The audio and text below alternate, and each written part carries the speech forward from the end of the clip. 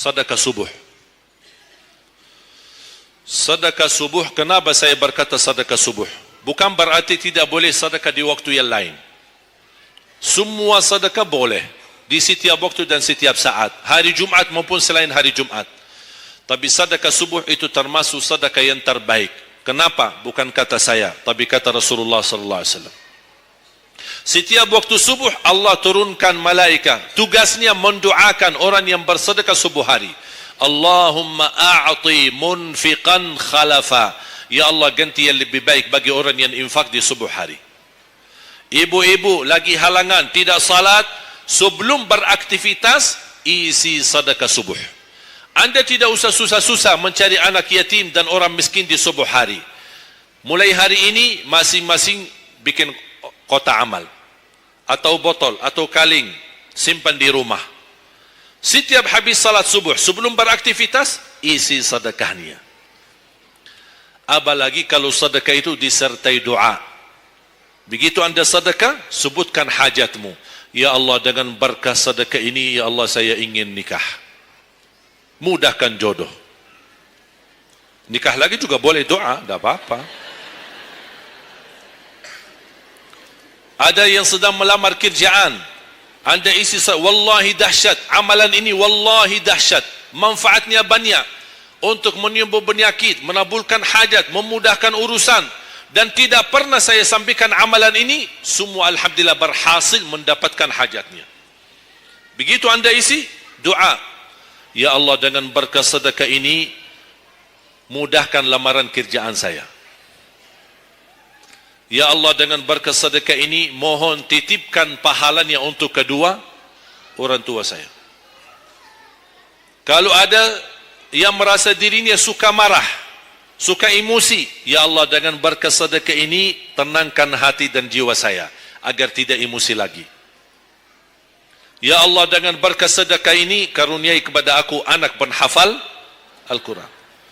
Bu, jemaah sekalian, saya berkeluarga 12 bersaudara, timnas. Dan kami memang sudah disusun satu lusin. 12 ini mempersiapkan kalau timnas kita belum mampu membawa juara, insyaAllah kami sekeluarga siap mengganti timnas. Alhamdulillah, dari saudara saya 12 ini 10 penghafal Al-Quran. Tapi orang tua saya awam. Percaya enggak? Orang tua saya bukan ulama, bukan kiai, bukan ustaz. Ayah saya belajar kelas 3 SD. Ibu saya tidak pernah masuk sekolah sama sekali. Sampai usia 40 tahun masih buta huruf, tidak bisa baca Quran. Tapi Allah berikan karunia keturunan penghafal Al-Quran. Berkat apa? Salat mereka dan sedekah mereka, termasuk doa. Itu berjuangan mereka. Alhamdulillah, sekarang ayah saya, ibu saya penghafal Al-Quran, yang jadi gurunya anaknya sendiri. Sekarang di Indonesia saya bawa 5 adik saya dan ditugaskan menjadi imam tarawih. Saya bawa mereka pindah dari Arab kemari. Ada 5. Yang perempuan sudah dinikahkan sama orang Indonesia, orang Jakarta. Dan saya dorong adik saya yang perempuan untuk menghafalkan suaminya biar jadi penghafal Quran.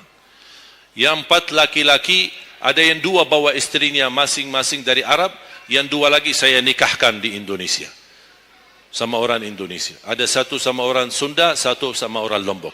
Jangan khawatir Bu, masih ada lagi. Bahkan saya dorong adik-adik saya semua wajib nikah 4. Masing-masing 4 istri. Kenapa? Supaya banyak keturunan. Kalau bisa setiap satu istri 12, satu lusin. Masya Allah, luar biasa. Mengapa? Karena kita punya perjuangan yang masih panjang. Cita-cita saya mencetak 1 juta penghafal Al-Quran di Indonesia. Ketika saya datangkan adik saya tugaskan sama mereka dan tegas. Kalau kalian datang hanya mau berhiburan, pulang. Kalian di sini untuk bersama-sama memperjuangkan untuk mencetak 1 juta penghafal Al-Quran. Dan alhamdulillah program ini sudah jalan. Dan kita terus memperjuangkan. Dan saya harap semua jamaah insyaAllah berkenan terlibat dalam program ini. Cita-cita saya, semua masjid se-Indonesia insyaAllah diimami imam penghafal Al-Quran 30 juz. Bahkan lebih hebat lagi cita-cita saya, insyaAllah saya yakin akan terjadi. InsyaAllah di demikian hari, di waktu yang Allah insyaAllah tentukan, insyaAllah presiden kita penghafal Al-Quran. Coba, ya Allah, rasanya enak. Langsung diumumkan di Masjid Istiqlal, khatib dan imam salat Idul Fitri, penghafal Al-Quran 30 juz, Presiden Republik Indonesia. Oh, mantap. Imam salat Idul Adha, Presiden kita. Salat Jumat, khatib dan imam, Presiden kita. Tidak perlu ganti imam. Udah, tidak perlu ganti imam, subhanallah. Luar biasa. Coba, saya kagumi ketika membaca dan melihat YouTube-nya Presiden Erdogan, Turki. Walaupun beliau bukan penghafal Al-Quran, tapi murattal bacaannya beliau, Masya Allah. Mana ada sekarang presiden di dunia Islam sebagaimana bacaannya yang benar. Ini sudah saatnya, tapi bukan sekarang ya, nanti maksud saya, sabar dulu. Nanti jadi kacau nanti, semua, sabar dulu. InsyaAllah ada waktunya, InsyaAllah. Mulai dari sekarang kita ayo bersama-sama mempersiapkan untuk kalau anda gagal menjadi penghafal Al-Quran, jangan gagal anakmu, cucumu, generasi yang ini semua. Kita melihat, saya bangga. Kenapa saya semangat untuk mencetak 1 juta penghafal Al-Quran? Itu berkatnya acara Hafiz Indonesia. Nonton kan acara Hafiz Indonesia? Nangis ya? Alhamdulillah. Habis tisu kan?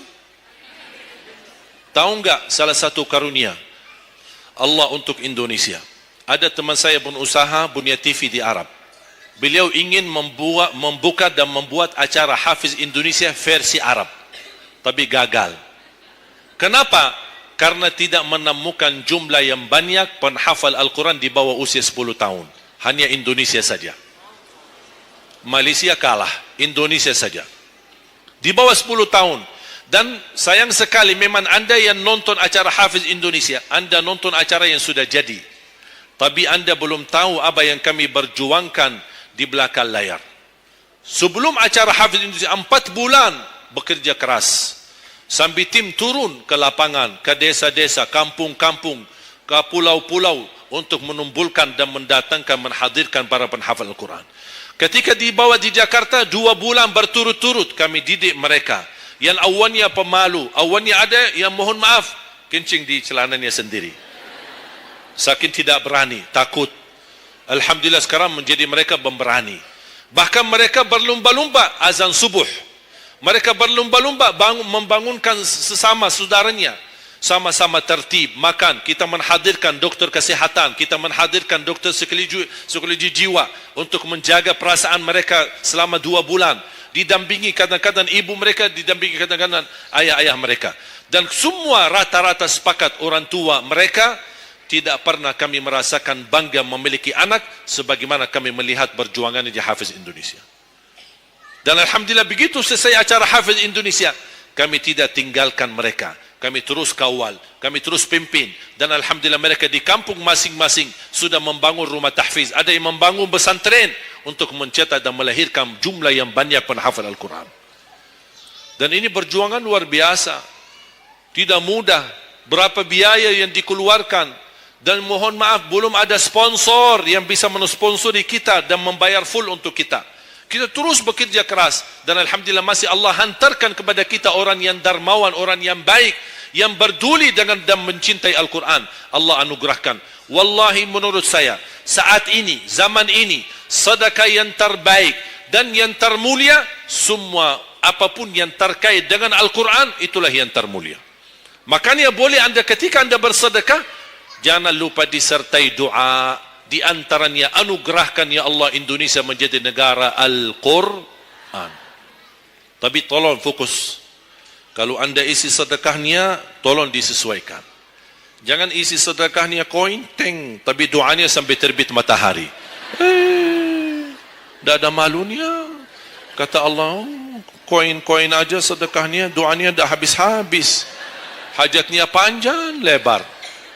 Malu kita sama. Bukan Allah tidak bisa. Allah maha bisa menabulkan hajat. Tapi kita malu sama Allah. Kok cuma bikin teng, ya Allah, ya Allah, ya Allah, panjang.